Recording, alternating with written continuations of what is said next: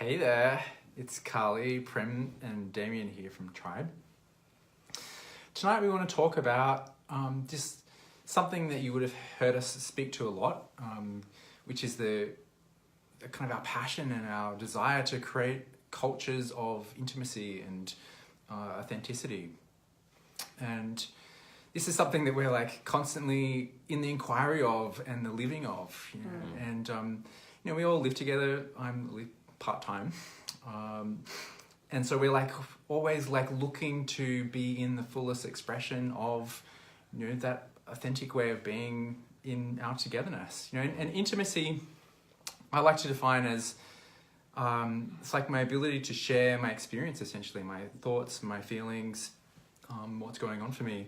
And so a culture of intimacy is when we're able to do that with each other, you know, and a lot of that comes down to boundaries, that we actually can be responsible in our expression.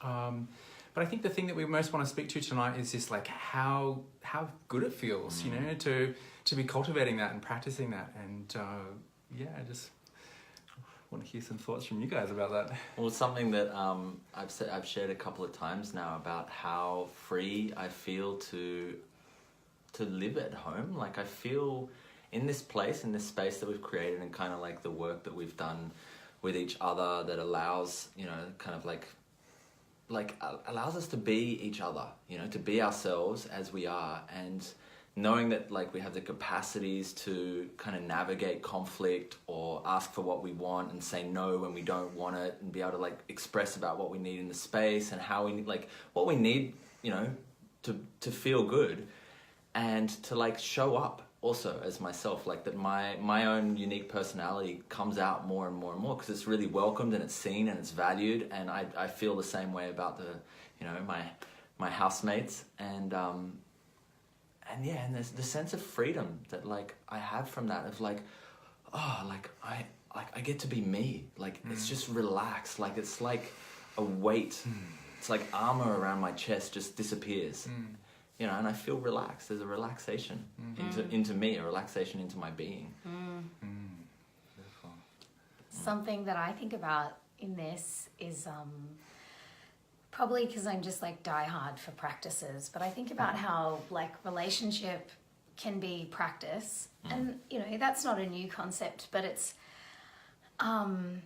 like it's not a new concept to me, but there's a way that now, having had a set of skills that are about relating, it has the practice of relationship feel super generative, not like I'm always kind of, you know, getting worked. And so it's something about like, the alternative for me is that we would just be asleep, you know, like if we don't, because intimacy is not something that feels easy. It's like not the thing that feels comfortable or easy, but for me, it's the thing that works me. And so I see it as a practice, you know, and then I accumulate the skills that I need so that I can show up in the things that you were talking about and actually play.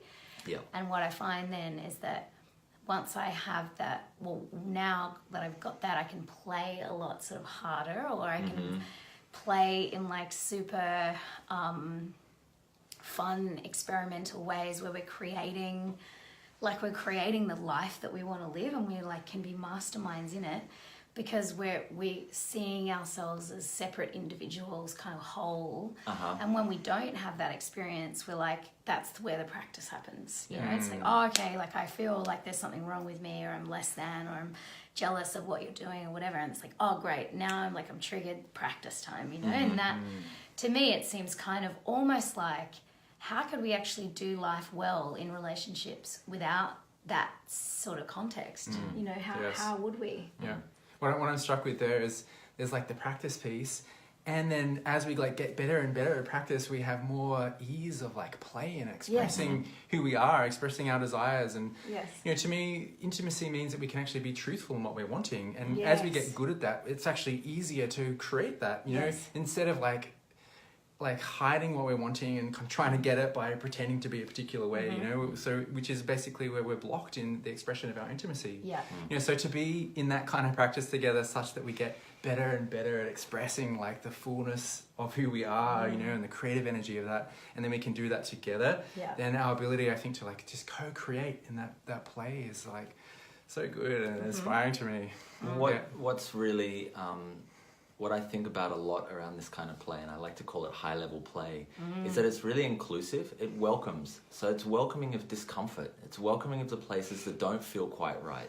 It's welcoming of when there's conflict or there's tension, or I don't know how to express my needs clearly, or, you know, I got it wrong sometimes. And it's like when we get in a better practice of welcoming that with each other, and kind of like being able to navigate that, not only welcome it, but know how to navigate that space so that we can actually come back to this shared understanding, this shared kind of way of being together, then that sense of spaciousness, that sense of play starts to emerge more and more, because it's play that understands that, hey, if anything goes wrong at any moment, we know how to deal with it. We actually know what to do. We can go to a lot of different spaces. So why do you think people like en masse don't already have that? What would you say are the things? Well, it's avoiding the discomfort. It's like not have it. It's like a stigmatization against like discomfort, you know, around this doesn't feel good, let's avoid it at all costs.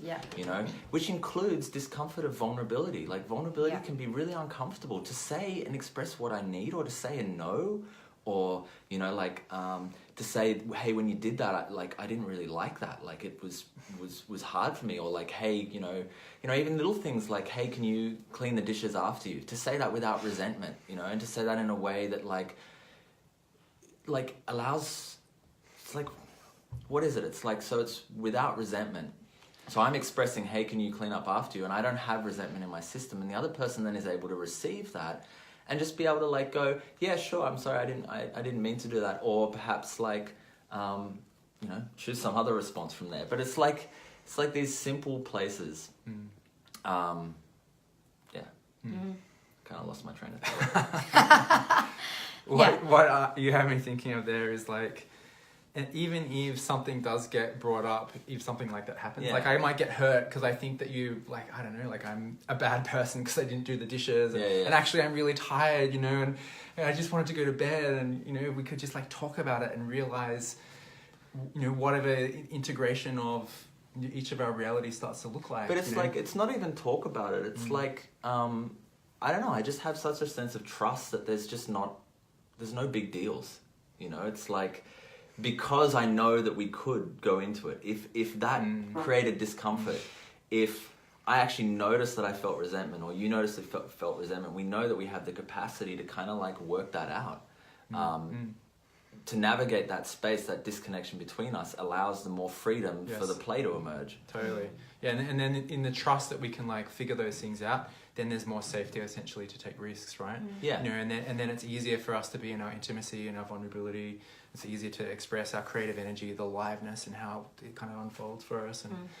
And it's in that kind of negotiation of each of our truths, you know, and the skillful means of that I get so excited and turned on about the potential of that, you know, what we can co-create together from that kind of culture, you know. And to me, this is ultimately what Triibe is about, right? You know, Your unique self. Yeah. Say it again. The unique self, you know, bringing, like welcoming out the uniqueness of each of us.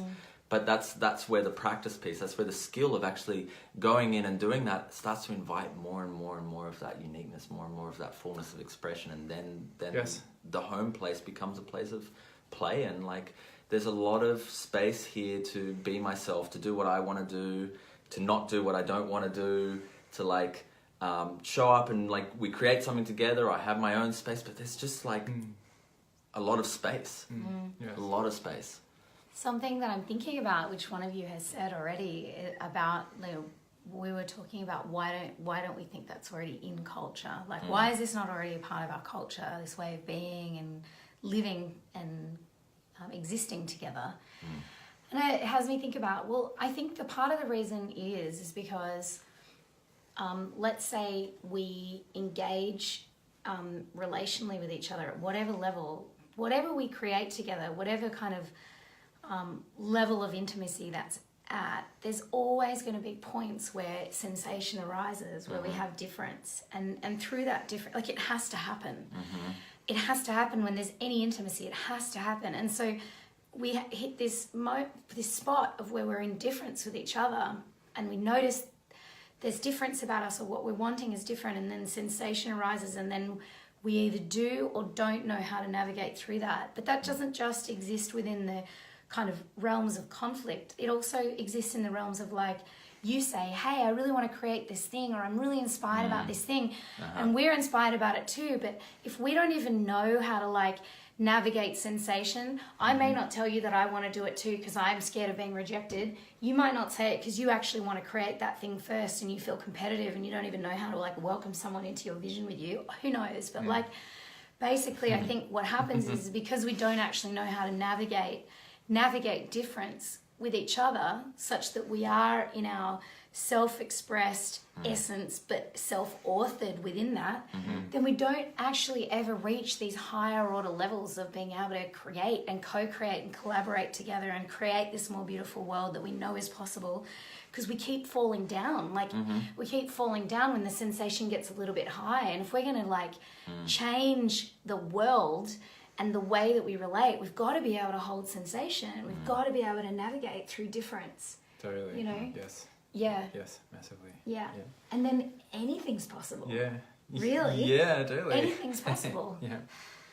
I think the last thing that's present for me, just hearing you say that, is like how different our realities can be at times. Like I'm amazed by this with human beings, you know, like how we perceive things and what meaning we make about them, you know, and how our histories pattern us and form how we see things. And, you know, and kind of navigating difference is not a simple thing, you know, particularly if there's strong difference and I'm not just hanging out with my same social norms, you know, or I'm just bringing a lot of intimacy. I'm hibernating at home by myself and never really socializing because I feel uncomfortable around too many people. Yes. Yeah, totally.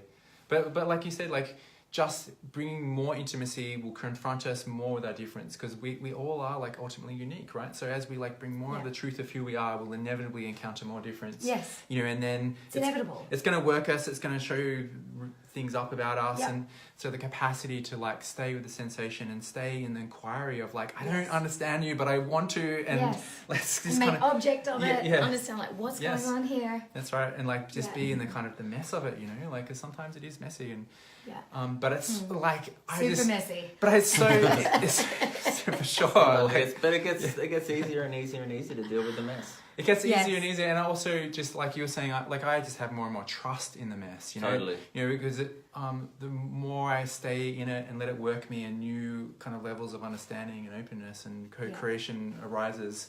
The more like life is better and alive and exciting. And mess doesn't mean that it has to be an experience that feels like a turn off. Mess can be like, wow, look at how different we are. Look at how ill-equipped I feel right now to know how to understand your difference, you know, and not get triggered. But that's cool. I'm like making object of it, and we're going to explore it, you know. Yeah. Totally. When we're willing to stay awake, we are aware of both at the same times the mess and the absolute perfection of it all. Yep. Yeah. Yes. Yeah. Awesome. Cool. Seems like we're done. Yeah. Thank you both. Love that. Good night, guys. Good night.